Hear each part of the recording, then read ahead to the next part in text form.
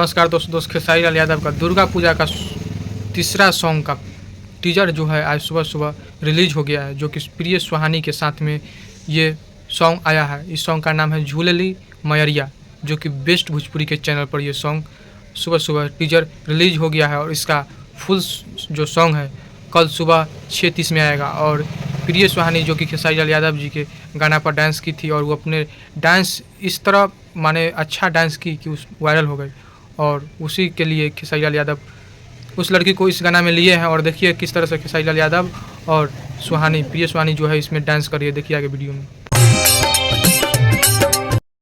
देखिए दोस्तों किस तरह से डांस हो रहा है। ये सॉन्ग पक्का ब्लास्ट होगा, वायरल होगा। जो कि इस सॉन्ग का टाइटल है झूलेली मयरिया, और इस सॉन्ग को लिखे हैं कृष्णा बेदर्दी। जानबे करते हैं कि कृष्णा बेदर्दी के जो भी गाना आता है लिखा हुआ वो ब्लास्ट होता है, 100 मिलियन टपता है।